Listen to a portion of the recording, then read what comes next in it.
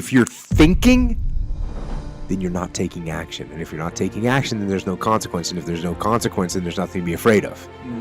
So I think that the overthinking can be an excuse for actual fear. And same thing with like, oh, I'm a perfectionist.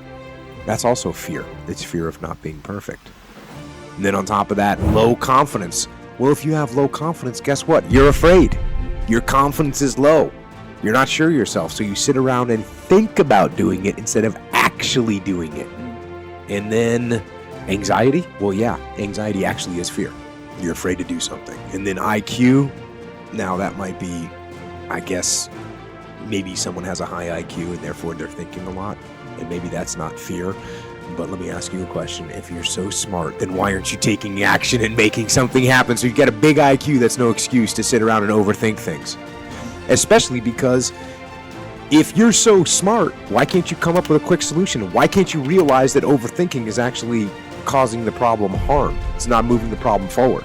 So quit thinking so much and take action. Success, guys, is a very, very lonely road, man.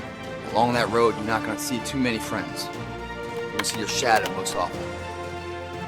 See, the thing is, for many people, they've tried the same path you're on, and they failed. You don't burn out mentally, because you always burn out physically. You got to trust in the heart of hearts, inside what you're doing, what you believe in is a worthy cause, a winnable fight. If you allow it to sit, it will grow roots and start breaking you down, destroying the potential of the person you can be. The champions, guys, it's not their potential, it's not their genetics. It's their perseverance to always show up. What I'm saying is the character of who you are. It's not the title that makes you, it's not the success that makes you. The character defines the success, defines the fame, and it starts right there. It's how you look at something. If your name's attached to it, that you do it right, the best of your ability every single time. And they had the nerve to count you out. That's because they didn't understand that your motivation would never let you stay down for the count. It's times like these that we separate the real from the fake. And when it's like you can take a punch and bounce right back because you understand and know exactly what's at stake. It's times like these that we separate the real from the fake. And when it's like you can take a punch, bounce right back because you understand and know exactly what's at stake. It's money time, baby. And this is for all of the marbles. It's put up or shut up, survive and advance, win or go home. And that's why you spend all those hours grinding. That's why you spend all those hours pushing yourself to the limit. You spend all those hours running. That's why you spend all those hours sacrificing. You spend all those hours sweating because you know there will be no time for regretting, fretting, or letting yourself or your teammates down.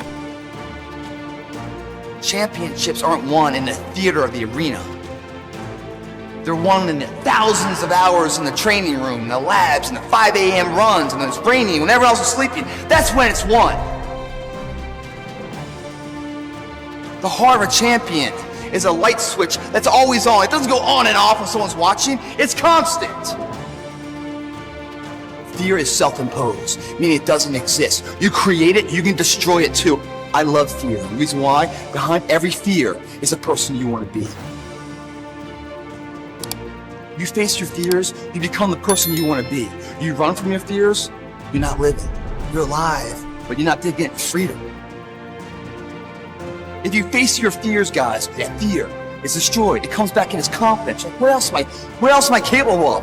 What else am I holding my back from that I'm capable of more? What am I running from I don't need to? What else can I overcome? See, you are bound and determined to enter into the realm of greatness that's reserved for you and only you. And so if the day ever comes that you're tired enough to quit, then I need you to act like a car with 4 flats and retire. I don't think you heard me. I said, if the day ever comes that you are tired enough to quit, then I need you to act like a car with 4 flats and retire. Next level success is reserved for those that are willing to not start counting the reps until it starts hurting.